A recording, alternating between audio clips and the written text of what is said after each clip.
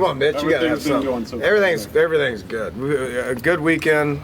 We got about 250 coaches here for our coaches clinic. All the West Virginia guys last night, offense, defense, special teams, spoke with those guys last night for about 5 hours and had some good camaraderie. And then this morning we had 5 or 6 high school guys talk. So it's been a good weekend. We're headed on practice 9 right now. We're relatively healthy. Getting a lot of work done.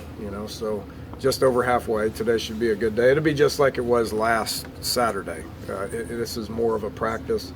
A lot of drill work. We'll finish up with another red zone period to where we'll see if we can put the ball through the uprights or get in the end zone, which we obviously did a poor job of that last Saturday. We didn't get to talk to you after last Saturday's workout. As far as your assistants, they all pretty much said, yeah, defense is ahead. That's what we expect at this point, especially with what you guys have coming back. Are you happy with where you guys are right now? Yeah, well, offensively, I know we got a lot of work to do. I get that, but I've been a part of a lot of spring practices where offense has had their way, and that never turns out good in the fall. So our defense should be ahead. One, they got 15, 16 guys that have played a lot of football, a lot of returning starters, a lot of experience, a lot of veterans, upperclassmen. And then just the nature of spring practice, defense is always usually ahead of the offense, or it should be that way. So I'm satisfied with that. With that said, I spend the majority of my time, as y'all know, trying to get the offense clicking, trying to get guys in position to be able to make plays. We're continuing to evaluate. It's going to be a long process. By far, you won't see a finished product today. You won't see one by the spring game. You'll see one sometime, hopefully, by the first game. Has there been any personnel movement? Yeah, the only one is I told you about Yodney last week. He's doing solid at left tackle. I've moved Akil Shorts out to wideout. We need to find a wideout. He's going through some growing pains with that right now, but he's an experienced receiver that's got good size and good speed.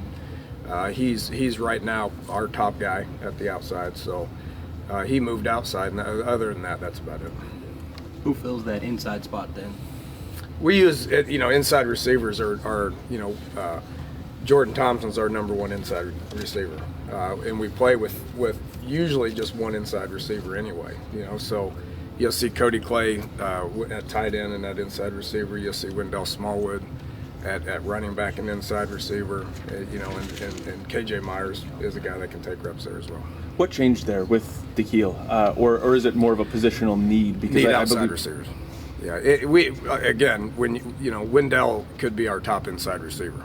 He's going to do a lot of good things for us. So we have enough bodies at inside to be able to afford to move him outside. So, and I told y'all this last week too. This is going to be a while before we have, established guys on the outside. But we're just adding him to the equation to see if that's an answer, and I think it will be. About Shelton Gibson.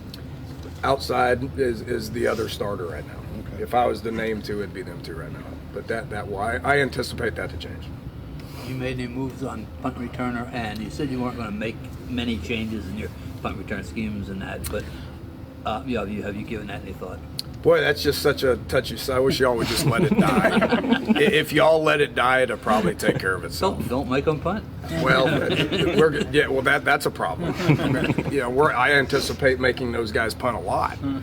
It's a work in progress. I know what happened last week. That was a learning experience for not only, the punt returners, but for our punter who shanked about 12 in a row right there. So, Nick's got to work through the mental aspect of wind, and our punt returners got to work through the mental aspect of wind because we're obviously going to deal with it. But I keep working with those guys. You'll see us do the same thing today. Hopefully it looks better.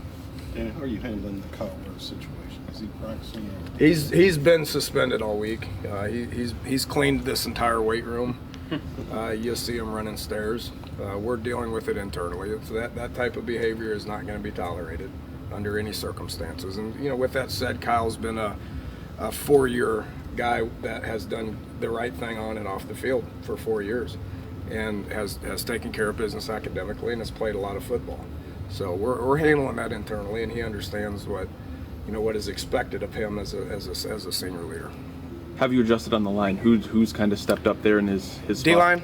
Yeah. Yeah, Darian Howard is starting to come into his own a little bit. So, you know, Kyle's played so well in spring and needs the practice to continue to get better, but Darian Howard and Jalil Fields has taken the second team reps, and he's another guy that needs to continue to practice. So we're developing depth there as we speak. What do you need to see, continuously see out of the goal line, and you know who's going to step up? Well, just continuity. You know, the O-line is different than the other position where they gotta develop continuity. They gotta trust each other. You know, the more they play next to each other, the better off they're gonna be. So developing continuity with those 5 guys, and then developing depth. Stone Underwood is playing good. Russell Hutton James is playing good. Is very versatile. Grant Lingerfelter's coming along, so you know, need to develop some depth. But more importantly, with the starters, it's all about the continuity with those guys, and I anticipate those guys getting better every day. Working hands-on with the quarterbacks, we see them maybe in the classroom as much as on the field. Is there knowledge there? Yeah, you know, smart kids, really. You know, Skylar's football smart. You know, William is football smart. You know, David and Chugs are guys that I'm still getting to know a little bit because they've only been on campus here for about 8 practices. Those guys are smart kids, and they're absorbing things. I repped David Sills on Thursday a good bit, and he did some good things with the run game. Is still continuing to try to get better in the pass game. He needs a lot of work on that. You'll see Chugs rep some third-team reps today. So, you know, they've sat and they've learned and they've listened and they've absorbed things. They're you know, still a ways away from where they need to be, but I'm going to start repping them here for the rest of spring. Sills has a bit of an odd motion. Do you try to overcome kids with motion, or you just let them throw? And they got to work that out. Mm-hmm. They got to work that out. So I've seen enough of him. You know, the thing that impressed me so much the other day was what he did with his legs. I mean, he's a real athletic kid, and he's real smart. He's got to get that ball out a little bit quicker. Any plans to see the new baseball stadium soon?